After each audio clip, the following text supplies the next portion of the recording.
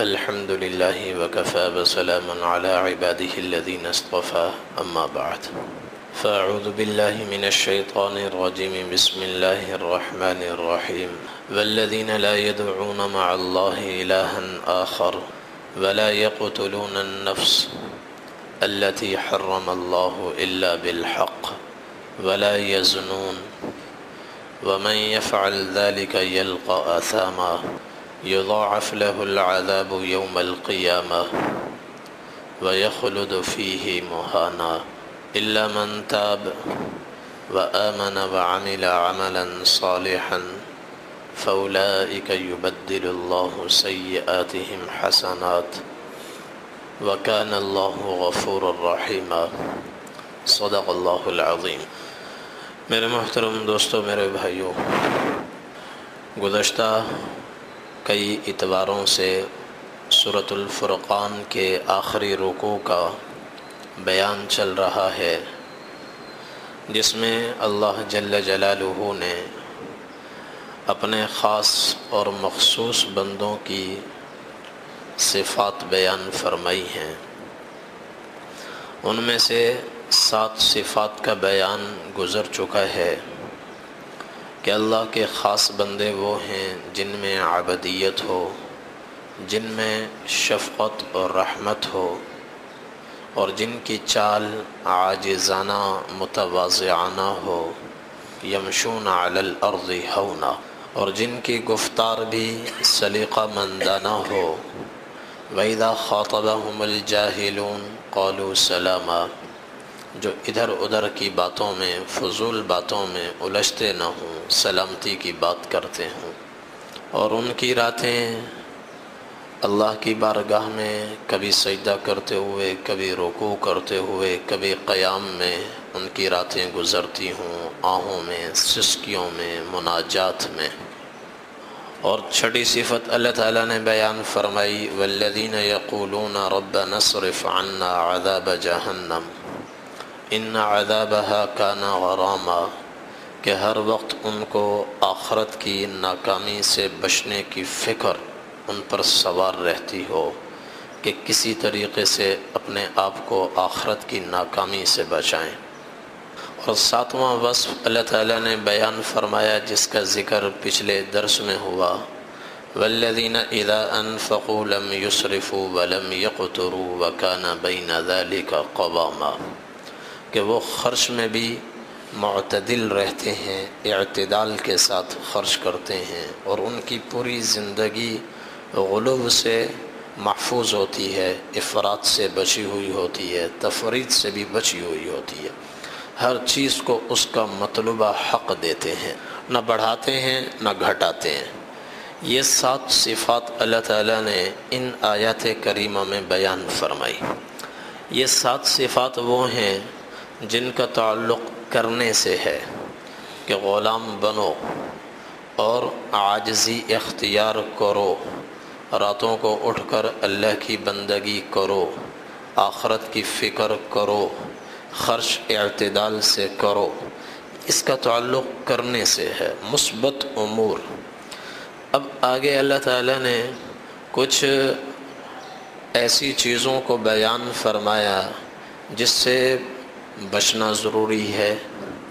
کامل صحت کے لیے جس طرح صحت مند غذا کا کھانا ضروری ہے، ایسے ہی مضر صحت اشیاء سے پرہیز بھی ضروری ہے۔ غذا میں کمی ہو، جسم میں نقاہت پیدا ہوتی ہے، کمزوری لاحق ہوتی ہے، انسان کام کاج نہیں کر سکتا، بیٹھ جاتا ہے۔ ایسے ہی غذا کھائے، حد سے زیادہ کھائے، اس سے بھی مرض پیدا ہوتا ہے، یا مضر صحت اشیاء کا استعمال کرے تو غذا اپنا فائدہ نہیں دکھاتی اور انسان مختلف موذی امراض کا شکار ہو جاتا ہے۔ اس لیے اللہ تبارک و تعالی نے جہاں فرائض واجبات کو بیان فرمایا، وہاں اللہ تعالی نے انسان کو دنیا اور آخرت کی کامیابی عطا فرمانے کے لیے اور ایمانی صحت کے لیے اللہ تعالیٰ نے مضر صحت اشیاء کا بھی ذکر فرمایا، اور محرمات منکرات کو اللہ تعالیٰ نے بیان فرمایا کہ وہ کرو اور ان سے اپنے آپ کو بچاؤ۔ تو اس آیت میں اللہ تعالیٰ نے 3 محرمات کا بیان فرمایا ہے، تو گویا یہ 8ویں، 9ویں اور 10ویں صفت ہے۔ 3 محرمات کا اللہ تعالیٰ نے بیان فرمایا کہ ان سے وہ لوگ اپنے آپ کو بچاتے ہیں۔ ہمارے جو خاص بندے ہیں، والذین لا يدعون مع اللہ الہا آخر، اللہ کے ساتھ کسی اور کو معبود نہیں بناتے، اللہ کے ساتھ شرک نہیں کرتے، اور صرف اللہ ہی سے مانگتے ہیں، اللہ ہی کے سامنے سر جھکاتے ہیں، ان کی پیشانی، ان کا سر کسی اور کے سامنے نہیں جھکتا۔ ولا يقتلون النفس التي حرم اللہ الا بالحق، اللہ نے جن جانوں کو حرمت بخشی ہے وہ ان کا خون نہیں بہاتے، ناحق کسی کو قتل نہیں کرتے۔ اور تیسری چیز ولا یزنون، زنا نہیں کرتے، بدکاری نہیں کرتے، اور اپنی جنسی خواہشات کو غلط طریقوں سے پورا نہیں کرتے۔ یہ 3 محرمات اللہ تعالیٰ نے اس آیت میں بیان فرمائے۔ تو پہلی چیز فرمائی کہ وہ اللہ کے ساتھ کسی اور کی بندگی نہیں کرتے، لا يدعون مع اللہ الہا آخر، اللہ کے ساتھ کسی اور کو بلاتے نہیں ہیں۔ بلانا یہ عبادت کے معنی میں ہے۔ حضرت عبداللہ ابن عباس رضی اللہ تعالیٰ عنہ فرماتے ہیں غیر اللہ کو بلانا قرآن میں جہاں جہاں استعمال ہوا ہے یہ عبادت کے معنی میں ہے۔ مطلب یہ ہے کہ غیر اللہ کی بندگی نہیں کرتے، صرف اور صرف اللہ کی عبادت کرتے ہیں۔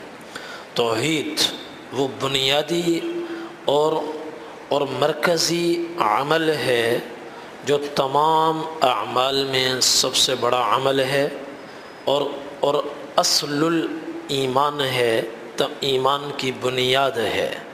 اسی بنیاد سے باقی تمام اعمال وجود میں آتے ہیں، اور اس کے بغیر، توحید کے بغیر انسان کتنے ہی سجدے کر لے، کتنی ہی عبادت کر لے، کتنے ہی روزے رکھ لے، کوئی عمل اللہ کی بارگاہ میں قبول نہیں ہو سکتا۔ اس لیے انبیاء علیہم السلام جب دنیا میں تشریف لاتے، اللہ تعالیٰ ان کو نبوت اور رسالت عطا فرماتے، تو سب سے پہلے وہ آ کر توحید کی دعوت دیتے، پہلی دعوت توحید کی۔ وَإِلَىٰ عَادٍ أَخَاهُمْ هُودًا قَالَ يَا قَوْمِ اعْبُدُوا اللَّهَ مَا لَكُم مِّنْ إِلَٰهٍ غَيْرُهُ۔ ہود علیہ السلام کی دعوت اس سے شروع ہو رہی ہے، اللہ کے سوا کسی اور کی بندگی نہ کرنا، صرف اللہ کی بندگی کرنا۔ صالح علیہ السلام کے بارے میں اللہ تعالیٰ فرماتے ہیں وَإِلَىٰ ثَمُودَ أَخَاهُمْ صَالِحًا قَالَ يَا قَوْمِ اعْبُدُوا اللَّهَ مَا لَكُم مِّنْ إِلَٰهٍ غَيْرُهُ، ان کی دعوت بھی یہیں سے شروع ہو رہی ہے۔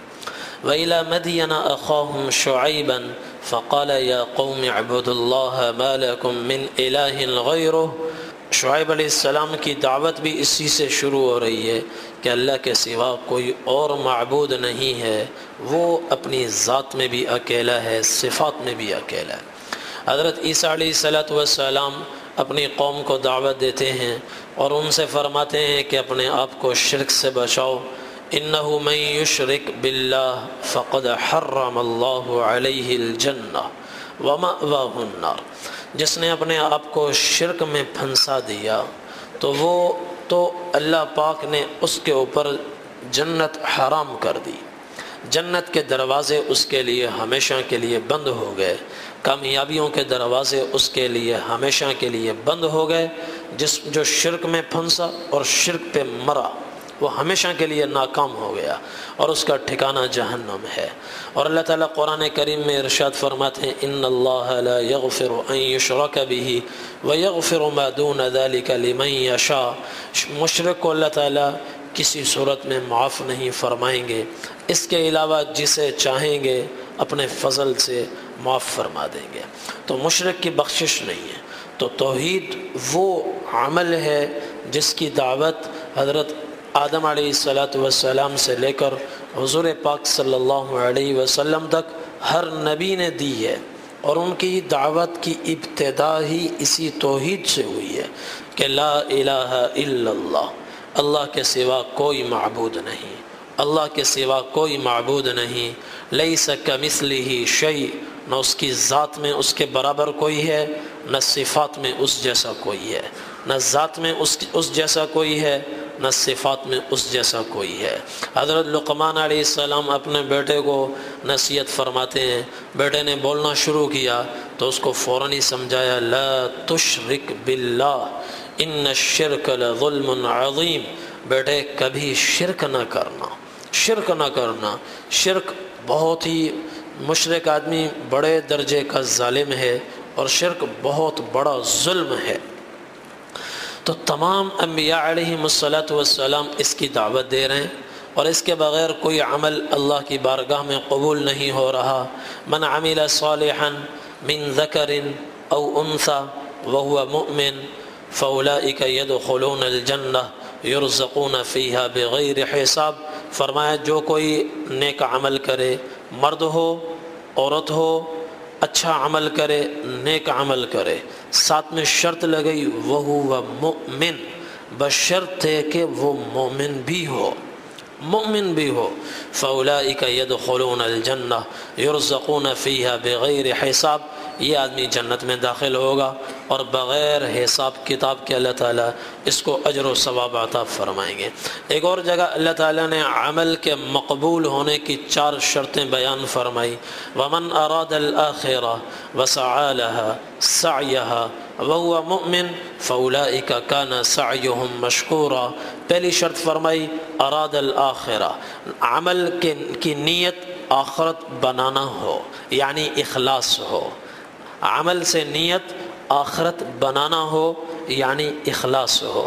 اور دوسری شرط کہ نیت اچھی ہو گئی اور ہاتھ پہ ہاتھ رکھ کے نہ بیٹھے، بلکہ فرمایا وسعا، سعی کرے، کوشش کرے، محنت کرے، جد و جہد کرے، جان جوکھوں میں ڈالے، پسینہ بہائے، راتوں کو اٹھے، دن میں اللہ کی بندگی کرے، عبادت کرے، سعا، یہ دوسری شرط۔ اور تیسری شرط سعیہا، ایسی شرط جو آخرت سے میل کھاتی ہو، آخرت کے خلاف نہ ہو۔ ایک آدمی کوشش کرتا ہے، خلاف شریعت کوشش کرتا ہے، سنت کے خلاف کوشش کرتا ہے، پسینہ وہ بھی بہا رہا ہے، لیکن اس کی محنت کارگر نہیں ہوگی، اس کی محنت اللہ کی بارگاہ میں قبول نہیں ہوگی۔ سعی کے بعد اللہ تعالیٰ لفظ لائے سعیہا، ایسی شرط، ایسی سعی، ایسی محنت، ایسی جد و جہد جو آخرت سے میل کھاتی ہو، آخرت کے مطابق ہو، اور حسن نیت کے بھی مطابق ہو، اتباع سنت کے مطابق ہو، یہ تیسری شرط۔ محنت کرے اور محنت بھی شریعت کی حدود میں رہ کر کرے، اپنی من مانی نہ کرے، یہ تیسری شرط۔ چوتھی شرط، بنیادی شرط، مرکزی شرط، وہ مؤمن، مومن بھی ہو، مخلص ہو، کوشش کرے اور شریعت کی حدود میں رہتے ہوئے کوشش کرے، اور ساتھ وہ صاحب ایمان بھی ہو۔ تو اب فرمایا فاولئک کان سعیہم مشکورا، اللہ تعالیٰ اس کی محنت کو، جد و جہد کو، کوشش کو قدر کی نگاہ سے دیکھیں گے، قدر کی نگاہ سے دیکھیں گے۔ تو پہلی تو آج کی آیت میں جن 3 باتوں سے اللہ تعالیٰ نے منع فرمایا اور فرمایا کہ ہمارے بندے یہ کام نہیں کرتے، پہلی چیز والذین لا يدعون مع اللہ الہا آخر، اللہ کے سوا کسی اور کو نہیں بلاتے، کسی اور کی بندگی نہیں کرتے، جب ضرورت پڑے، حاجت پڑے، اللہ کے سامنے ہاتھ اٹھاتے ہیں، سوال اللہ کے سامنے کرتے ہیں۔ حضرت عبداللہ ابن عباس رضی اللہ تعالی عنہ چھوٹے سے بچے تھے، نبی کریم صلی اللہ علیہ وسلم کی خدمت اقدس میں حاضر ہوئے، آپ نے ان کی تربیت فرمائی، 8-9 سال عمر تھی، آپ نے فرمایا یا غلام احفظ اللہ تجدہ تجاہک، بچے اللہ کی حفاظت کرو، یعنی اللہ کے احکامات کی حفاظت کرو، اللہ کے دین کی حفاظت کرو، قدم قدم پر اللہ کی مدد و نصرت کو اپنی آنکھوں کے سامنے دیکھو گے، اپنی آنکھوں سے اس کا مشاہدہ کرو گے۔ احفظ اللہ یحفظ کا، اللہ کے دین کی حفاظت کرو، اللہ کے حقوق کی حفاظت کرو، اللہ کے حقوق پابندی سے ادا کرو، اللہ تعالیٰ تمہاری حفاظت فرمائیں گے۔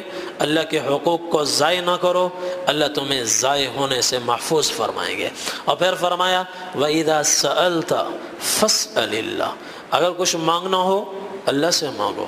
وَإِذَا اسْتَعَنْتَ فَاسْتَعِنْ بِاللَّهِ، مدد مانگنی ہو اللہ سے مدد مانگو، سوال کرنا ہو اللہ سے سوال کرو۔ حضرت شیخ الحدیث رحمۃ اللہ علیہ نے ایک جگہ لکھا کہ جب حضرت مولانا الیاس رحمۃ اللہ علیہ کی وفات ہو گئی اور ان کی جگہ حضرت مولانا یوسف کاندھلوی رحمۃ اللہ علیہ بنے، چونکہ یہ شاگرد تھے، تو حضرت مولانا زکریا صاحب رحمۃ اللہ علیہ نے ان سے فرمایا کہ میاں یوسف ذرا دیکھ کر خرچ کرنا، خیال سے خرچ کرنا۔ مولانا الیاس رحمۃ اللہ علیہ کی بات اور تھی، تمہاری بات اور ہے۔ تو حضرت نے برجستہ فرمایا حضرت لینے والا ہی تو بدلہ ہے، دینے والا تو نہیں بدلا، لینے والا ہی تو بدلہ ہے، دینے والا تو نہیں بدلا، تو وہ تو وہی ہے، وہ تو وہی ہے، بشرطے کہ لینے والوں کا انداز گداگری وہی ہو تو دینے والے کا انداز عطا بھی وہی ہوگا۔ تو جیسے انداز ہوگا مانگنے کا ویسے وہ عطا کرے گا۔ تو فرمایا وَإِذَا سَأَلْتَ فَاسْأَلِ اللَّهِ، کچھ مانگنا ہو اللہ سے مانگو۔ وَإِذَا اسْتَعَنْتَ فَاسْتَعِنْ بِاللَّهِ، مدد چاہیے ہو اللہ سے مدد مانگو۔ اور پھر فرمایا وَاعْلَمْ أَنَّ الْأُمَّةَ لَوِ اجْتَمَعَتْ عَلَىٰ أَن يَنفَعُوكَ بِشَيْءٍ لَمْ يَنفَعُوكَ إِلَّا بِشَيْءٍ قَدْ كَتَبَهُ اللَّهُ لَكَ، اگر ساری امت جمع ہو جائے، متفق ہو جائے، ایکا کر لے، پوری دنیا کے مخلوقات متحد ہو جائیں، تمہیں نفع پہنچانا چاہیں، ذرہ برابر تمہیں نفع نہیں پہنچا سکتے، ذرہ برابر زمین و آسمان مل کر تمہیں نفع نہیں پہنچا سکتے، بس اتنا ہی نفع پہنچ سکتا ہے جو اللہ نے تمہارے مقدر میں لکھا ہے۔ وَلَوِ اجْتَمَعُوا عَلَىٰ أَن يَضُرُّوكَ بِشَيْءٍ لَمْ يَضُرُّوكَ إِلَّا بِشَيْءٍ قَدْ كَتَبَهُ اللَّهُ عَلَيْكَ، پھر ساری دنیا دوست و دشمن مل کر تمہارے خلاف آئیں، تمہارے مقابلے پر آئیں، تمہیں نقصان پہنچانا چاہیں، ذرہ برابر تمہیں نقصان نہیں پہنچا سکتے، بس اتنا ہی نقصان پہنچ سکتا ہے جو اللہ نے تمہارے مقدر میں لکھا ہے۔ اللہ کے سوا جتنی مخلوقات ہیں، اللہ کے سوا وہ کسی بھی شکل میں ہوں، کسی بھی شکل میں ہوں، اللہ تعالیٰ نے اس کے متعلق 5 باتیں ارشاد فرمائی ہیں۔ 5 باتیں اللہ کے سوا جتنی بھی مخلوقات ہیں، چاہے وہ فرشتوں کی شکل میں ہو، آگ کی شکل میں ہو، پانی کی شکل میں ہو، سورج کی شکل میں ہو، چاند کی شکل میں ہو، نیک لوگوں کی شکل میں ہو، بدکار کی شکل میں ہو، کسی بھی شکل میں مخلوق ہو، 5 باتیں اللہ نے اس کے لیے ارشاد فرمائی ہیں۔ لا یملکون لانفسہم ضرا ولا نفعا ولا یملکون موتا ولا حیاتا ولا نشورا، کہ وہ اپنے آپ کو نقصان نہیں پہنچا سکتے، بے بس، عاجز، اپنی ذات کے اعتبار سے بے بس، عاجز، اوروں کو نقصان پہنچانا تو دور، سب سے پہلے اپنے آپ کو نقصان پہنچانا چاہیں، نقصان نہیں پہنچا سکتے جب تک کہ اللہ نہ چاہے۔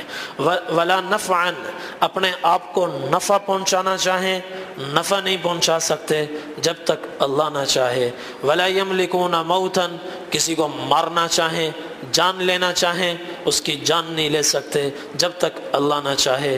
ولا حیاتا، اور بے جان میں زندگی ڈالنا چاہیں، اس کو جاندار بنانا چاہیں، مردے کو زندہ کرنا چاہیں، پوری دنیا کے ڈاکٹر، سائنسدان جمع ہو جائیں، تمام انسان جمع ہو جائیں اور اپنے ہتھیاروں کو، آلات کو بروئے کار لائیں تو اس میں جان نہیں ڈال سکتے۔ اور 5ویں چیز ولا نشورا، جاندار چیز جب مر جائے، مرنے کے بعد دوبارہ اس میں جان ڈالنا چاہیں تو نہ پہلی دفعہ جان ڈال سکتے ہیں، نہ مرنے کے بعد دوبارہ اس میں جان ڈال سکتے ہیں۔ اللہ کے سوا جتنی بھی چیزیں ہیں وہ اپنی ذات کے اعتبار سے عاجز ہیں، بے بس ہیں، اس لیے فرمایا کہ ہمارے جو خاص بندے ہیں ان پر یہ حقیقت ہر وقت کھلی رہتی ہے کہ اللہ کے سوا ہر مخلوق لا يملكون لأنفسهم ضرا ولا نفعا ولا يملكون موتا ولا حیاتا ولا نشورا. جو بے بس ہو، عاجز ہو، اس سے کیا مانگنا،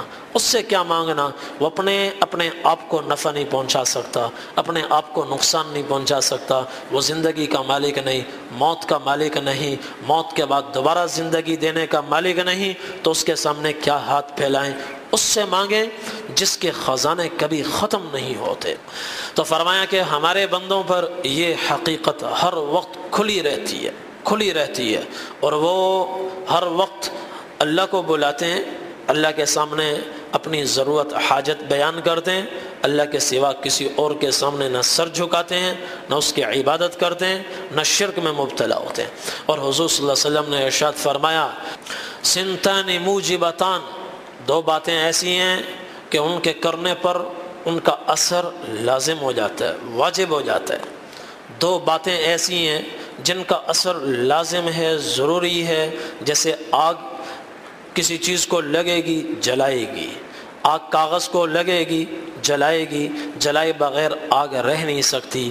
ایسی ہی دو چیزیں ایسی ہیں کہ ان کے اثرات بھی ان کے ساتھ لازم ہیں. صحابہ نے عرض کیا یا رسول اللہ مل موجبتان، یہ دو چیزیں کون سی ہیں؟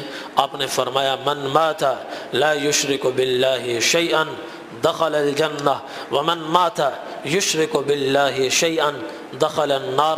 جو اس طرح مرا کہ سر سے لے کر پاؤں تک اس کے پورے وجود پر کہیں شرک کا دھبا نہ ہو، داغ نہ ہو، اللہ تعالیٰ اس کو سیدھا جنت میں داخل فرمائیں گے. اور جو شرک میں لتھڑا ہوا اللہ کی بارگاہ میں حاضر ہوگا اس کے لیے اللہ نے جہنم رکھی ہے. مشرک کے لیے جہنم لازم ہے اور غیر مشرک کے لیے، موحد کے لیے جنت لازم ہے. ایک صحابی نے پوچھا یا رسول اللہ ای العمل افضل، ای الکبائر، سب سے بڑا کبیرہ گناہ کون سا ہے؟ سب سے بڑا کبیرہ گناہ کون سا ہے؟ آپ نے فرمایا ان تشرک ان تجعل للہ ندا وہو خلقک، جس ہستی نے تمہیں پیدا کیا ہے اس کے ساتھ تم کسی اور کو جوڑ دو، اس کے ساتھ کسی اور کو شریک بنا دو، اس کے برابر بنا دو، یہ سب سے بڑا کبیرہ گناہ ہے. عرض کہ یا رسول اللہ ثم ایون، پھر اس کے بعد پھر کون سا ہے؟ آپ نے فرمایا ان تقتل ولدک خشیۃ ان یطعمک، تمہارا بچہ پیدا ہو غربت سے تنگ آ کر یہ سوچ کر کہ کل آدھی روٹی اپنی اس کو دینی پڑے گی، اس خوف سے تم اپنے بچے کو قتل کر دو. قتل ویسے ہی برا ہے اور تمام قتل کی سب سے بدترین شکل یہ ہے اپنی اولاد کو قتل کرنا. پھر پوچھا ثم ایون، پھر کون سا، اس کے بعد کون سا گناہ ہے؟ اس کے بعد کون سا گناہ ہے؟ آپ نے فرمایا ان تزنی حلیلۃ جارک، زنا کرنا اور پھر اپنی پڑوسن سے زنا کرنا، یہ سب سے بڑا گناہ ہے، سب سے بڑا، تیسرے نمبر پر سب سے بڑا گناہ ہے. تو یہ جب سوال ہو، ایک تو زنا اس نے حق، اللہ کا حق تلف کیا اور پھر پڑوسی کا بھی حق مارا، تو بدترین شکل ہے. تو جب یہ صحابی نے 3 سوال کیے، اس وقت تک قرآن کی ایک آیت جو ابھی میں نے تلاوت کی ہے یہ نازل نہیں ہوئی تھی. تو وہ پوچھتے جا رہے ہیں، آپ صلی اللہ علیہ وسلم وحی کی روشنی میں یہ اللہ کے علم کا القاء دل پر ہو رہا ہے، آپ اس کا جواب دے رہے ہیں. سب سے بڑا کبیرہ گناہ شرک کرنا، پھر آپ نے فرمایا اپنے بیٹے کو قتل کرنا، پھر آپ نے فرمایا زنا کرنا. یہ 3 جواب جب آپ کی زبان مبارک سے نکلے تو اوپر سے جبرائیل علیہ السلام وحی لے کر آئے. گویا وہ دارالفتاح میں جواب ہوتا ہے، طلباء جواب لکھتے ہیں، پھر اوپر سے مفتی کی طرف سے الجواب الصحیح لکھا جاتا ہے، مہر لگتی ہے. گویا اس جواب پر اللہ کی طرف سے مہر لگی اور یہ آیت نازل ہوئی والذین لا يدعون مع اللہ الہا آخر ولا يقتلون النفس التي حرم اللہ الا بالحق ولا يزنون ومن يفعل ذلك يلقى اثاما، کہ جو ہمارے بندے ہیں، جو ہمارے لوگ ہیں، ہمارے خاص بندے ہیں، وہ نہ تو شرک میں مبتلا ہوتے ہیں، نہ کسی کو ناحق قتل کرتے ہیں اور نہ زنا میں مبتلا ہوتے ہیں۔ وَمَن يَفْعَلْ ذَلِكَ، اور جو آدمی ان گناہوں میں مبتلا ہوتا ہے، يَلْقَ أَثَامًا، اسے بہت بڑا گناہ ہوگا، بہت بڑا گناہ ہوگا۔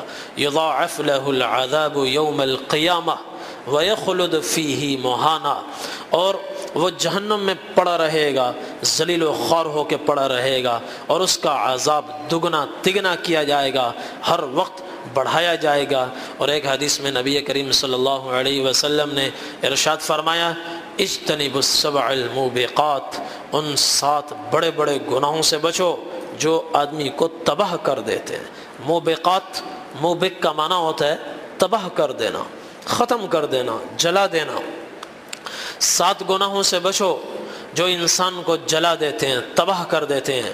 قالوا وما ہن یا رسول اللہ، اے اللہ کے رسول وہ ہیں کون سے گناہ؟